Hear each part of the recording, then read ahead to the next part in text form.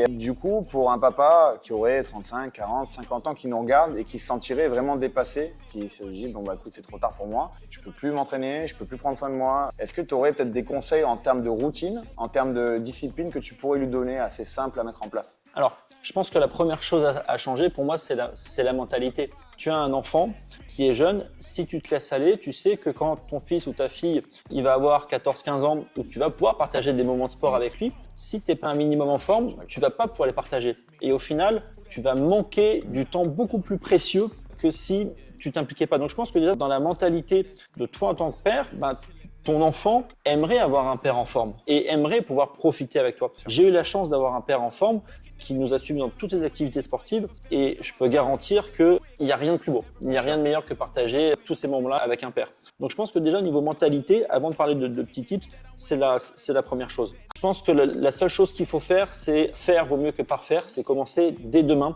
Ne pas procrastiner, c'est la pire chose de procrastiner, de dire j'attends les fêtes de Noël, j'attends la nouvelle année. Pour moi, c'est maintenant, passer à l'action maintenant. Et si tu passes à l'action dès maintenant, même si c'est, j'en sais rien, ne serait-ce que même pas courir, mais ne serait-ce que marcher, faire un tour, en fait, tu vas devenir fier de toi. Et plus tu vas être fier de toi, plus tu vas avancer, plus tu vas te dépasser.